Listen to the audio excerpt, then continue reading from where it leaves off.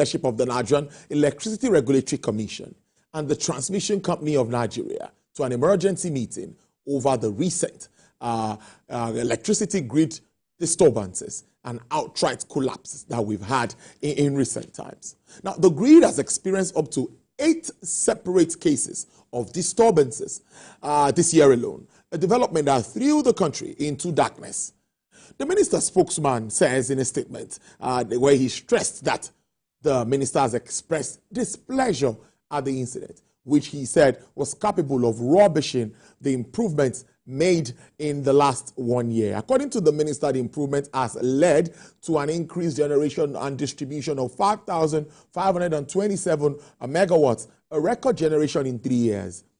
Let's talk to a major player in this industry, and he's Dr. Chukwueloka Ume.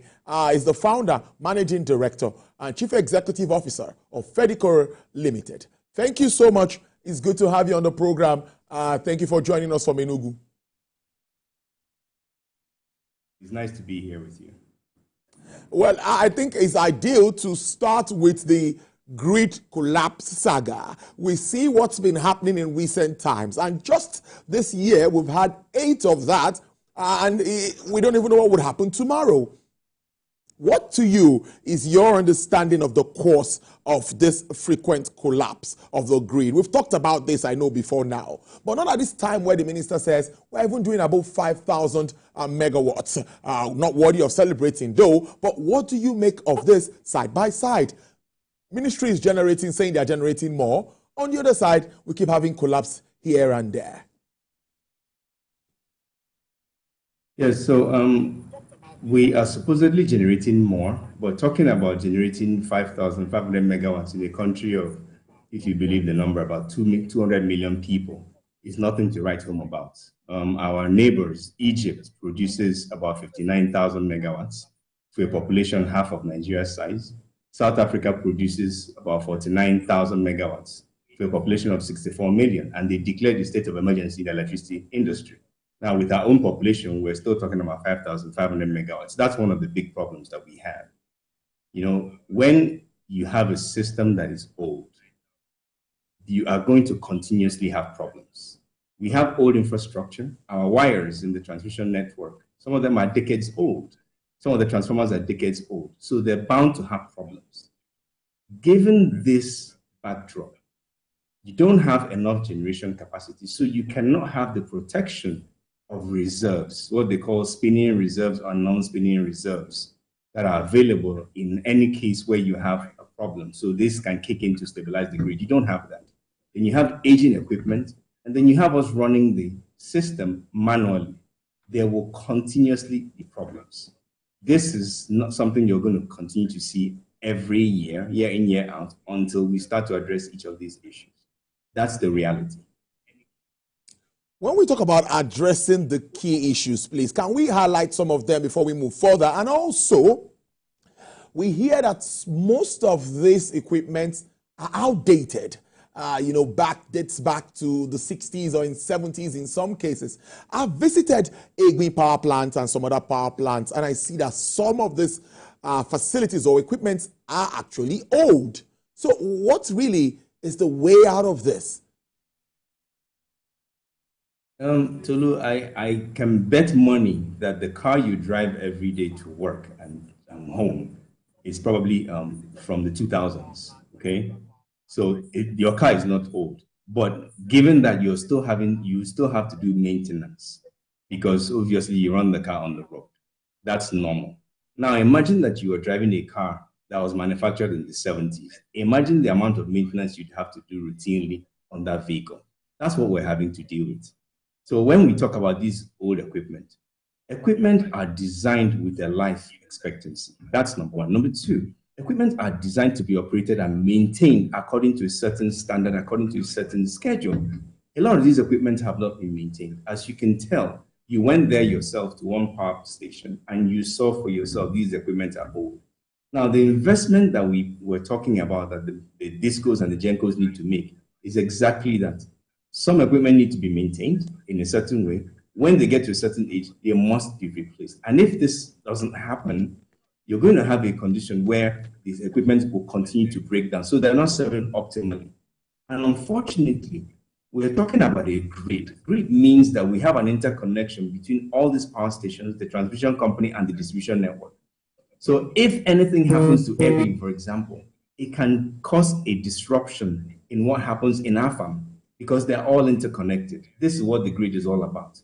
And unfortunately, we don't have the system operators' equipment is not up to standard either. So they do things manually. If there was a disruption in Edwin, for example, it will take someone calling our farm to say, we have a disruption here. Maybe you stand down, take your machines offline or whatever. This doesn't happen. So this is part of the issue that we're having. And you have to keep in mind, there's so many different factors that affect the grid. And if you go online, just go on Google, for example. As a layman, type what causes grid collapse.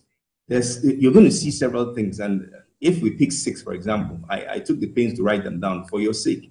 So they'll tell you about the system construction, equipment usage and maintenance, power dispatching and load management, safety monitoring and early warning, external risk management, and technological and managerial innovation. All these 6 things affect how your grid runs. And if any of them is not up to the standard, the current standard, you're going to continuously have these interruptions that we talk about. And unfortunately, that's the reality. Now, in other places in the Western world or in Asia where they have a properly functioning grid, sometimes they do have problems. They do have electrical trips. They do have machines go down. But the system is designed in such a way that when one part of the system goes down, another part picks up and makes up for the difference. We have something called the grid operating stability limits. If your frequency drops below, in Nigeria, maybe 48.75 hertz, that is way below the system operating limit, and it will trip the whole grid. If it goes above 51.25 hertz, it will also trip the grid. Someone in the system needs to start to rebalance the system so it brings the system back within the operating limits. And you're talking about voltage, current, frequency. So the first thing that I will say in Nigeria is you need to have people that can boil the problem down to very simple and understandable metrics that cannot be worked on. This is not an issue of having committees that will discuss. It doesn't work. We've tried it many times. It's never worked and it will never work. So it's not an issue of committees. Let's talk about the Electricity Act that it's been in the news for some time, and we've been trying to understand it. And analysts like you have said, oh, this should be the game changer. This is going to improve the industry and all of that. Tell us about this, and also what's your assessment of level of investment at the moment in Nigeria's power sector, because the investment continues to go on.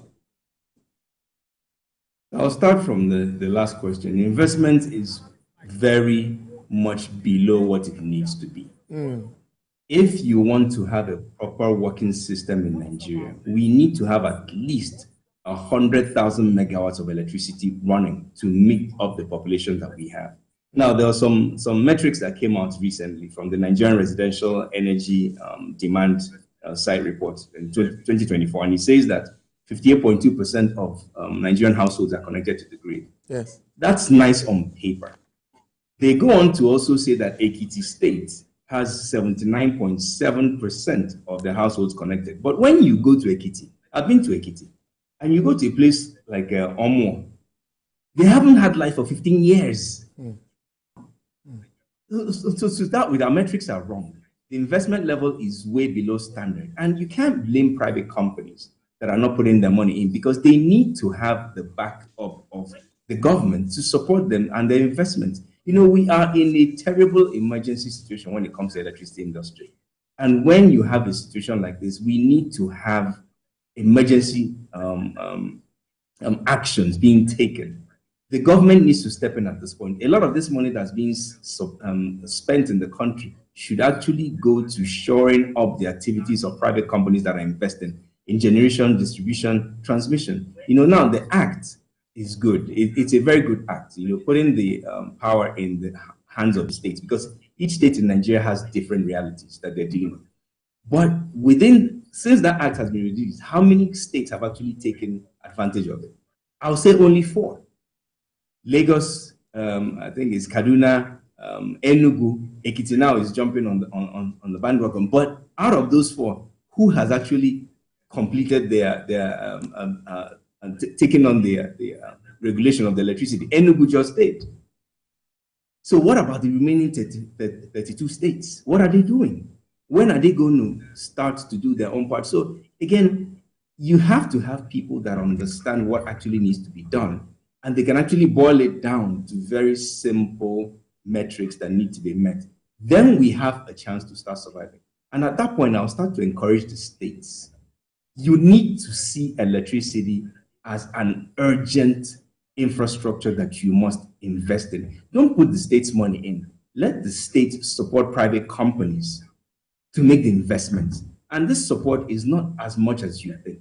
The support can come in form of guarantees. It comes in form of making sure that contracts that are entered into are bankable. And if they're not bankable, forget the nice legalese.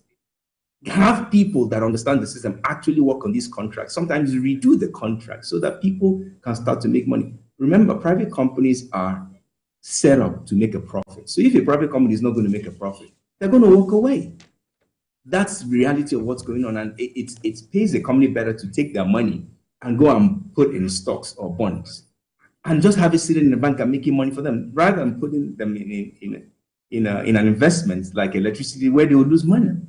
But people like us continue to invest because we know that's the right thing to do. However, we need the help of government. So if I go to Bank of Industry, for example, or I go to a state government that I'm dealing with, and I explain my challenges, they need to understand the metrics of the country has changed. Inflation has gone crazy. You know, the exchange rate has gone from 463 naira to the dollar in June of 2023, now to 1,700 in a year. And we're still having to deal with this. We buy gas to fire our plants, right? So this is the realities we have to deal with. But then whoever is the client needs to understand the realities of the country and jump into it. This is where the government can help. It happens everywhere in the world. You know, in the US, they saved the auto industry by having the government jump in to help, saying these guys are too big to collapse. Same way, we need to approach the electricity industry if we want this to actually start working. Right now, it's completely broken. And everything we're doing right now is rhetoric, unfortunately. Oh, man, really interesting. And it takes me to my next question, which I know you would like to talk about. Fedor was awarded the first generation license in Enugu State. That was just Tuesday, 2 days ago. Great stuff there. How are this company doing, as the first licensed IPP in Enugu State? This looks encouraging. Well, yes, it's encouraging. I would applaud the state. I would applaud the Enugu State that, like I said, they have gotten their regulations right. They have very smart and capable people running the industry here in Enugu. And the government took a risk, to support Fedor last year to build this first IPP.